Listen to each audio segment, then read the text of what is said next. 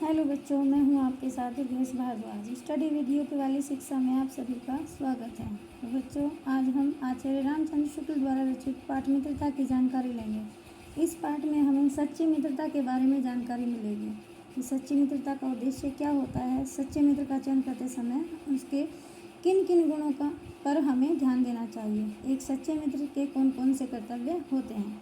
तो चलिए पहले हम आचार्य रामचंद्र शुक्ल जी के जीवन परिचय को देख लेते हैं।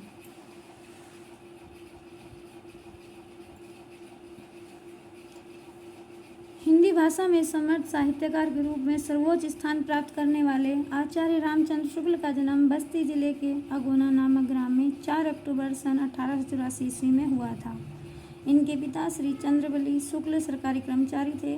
प्रारंभिक शिक्षा राठ यानी हमीरपुर में प्राप्त करने के उपरांत इन्होंने सन 1901 ईस्वी में फाइनल परीक्षा FA की परीक्षा मिर्जापुर से उत्तीर्ण की। गणित विषय में इनकी रुचि नहीं थी, अतः हाई स्कूल के बाद इनका शिक्षा का क्रम टूट गया, लेकिन इन्होंने घर पर ही बंगला, संस्कृत, अंग्रेजी, हिंदी, उर्दू व फारसी आदि भाषाओं का अध्ययन किया। शुक्ल जी सरकारी विभाग में कर्मचारी थे, किंतु स्वाभिमान के कारण शुक्ल जी ने वह नौकरी छोड़ दी तथा मिर्जापुर के मिशन स्कूल में चित्रकला के अध्यापक के पद पर कार्यरत रहे। इसके बाद शुक्ल जी काशी हिंदू विश्वविद्यालय में हिंदी के प्राध्यापक नियुक्त हुए। बनारस में शुक्ल जी हिंदी शब्द सागर के संपादन में संलग्न रहे। 2 फरवरी सन 1941 ईस्वी में साहित्य का यह साधक हृदय गति रुक जाने के कारण परलोकवासी हो गया।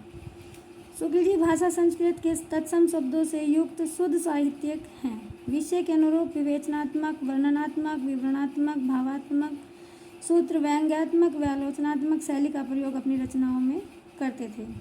शुक्ल जी की कृतियाँ यानी रचनाएं वे इस प्रकार हैं। संपादन नागरी प्रचारणी पत्रिका, हिंदी शब्द सागर। कहानी 11 वर्ष का समय सन 1903 ईस्वी में सरस्वती पत्रिका में प्रकाशित।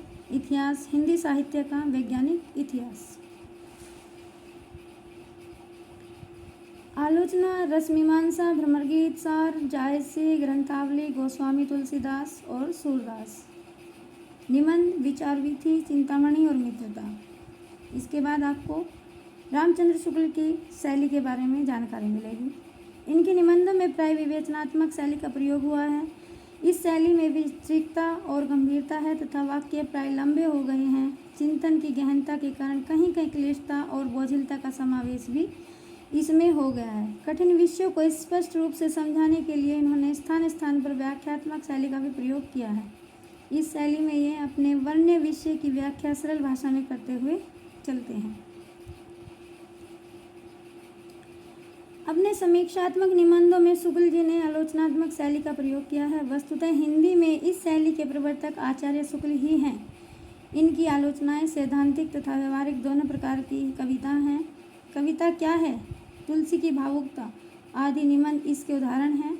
इस शैली की भाषा कहीं कहीं क्लिष्ट तथा वाक्य भी अधिक लंबे हो गए हैं। शुक्ल जी के निबंध और आलोचनाएं प्राय विचार प्रधान हैं, अतः इनमें सुस्तता की अधिकता है। फिर भी शुक्ल जी ने यत्र तत्र भावपूर्ण सरसता का संचार करके पाठक के हृदय को आह्लादित करने का भी प्रयास किया है। ऐसे स्थलों पर इनकी भाषा में अतिशय सरसता, मार्मिकता और काव्यात्मक सौष्ठ्य दर्शनीय है।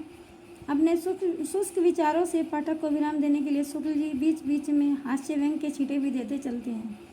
इनका हास्य मधुर, संयत, व्यंग्यात्मक तथा पैना होता है। तो बच्चों, यहाँ पर मित्रता हिंदी गद्य साहित्य के प्रसिद्ध निबंधकार एवं आलोचक आचार्य रामचंद्र शुक्ल द्वारा लिखित विचार प्रधान श्रेष्ठ निबंध है। इस निबंध में लेखक ने अपने अप्रतिम बुद्धि बल के माध्यम से मित्रता के विविध आयामों को समझाया है। इसमें मित्रता का व्यापक अर्थ क्या है, मित्र किसे बनाए जाए, मित्र के चुनाव में किन किन बातों पर ध्यान देना चाहिए, आदर्श मित्र में कौन कौन से गुण होते हैं आदि का विवेचन किया है। इसलिए बच्चों, अगर आप भी अपना सच्चा मित्र चाहते हैं तो रामचंद्र शुक्ल जी की इन बातों पर विशेष ध्यान दीजिए। धन्यवाद।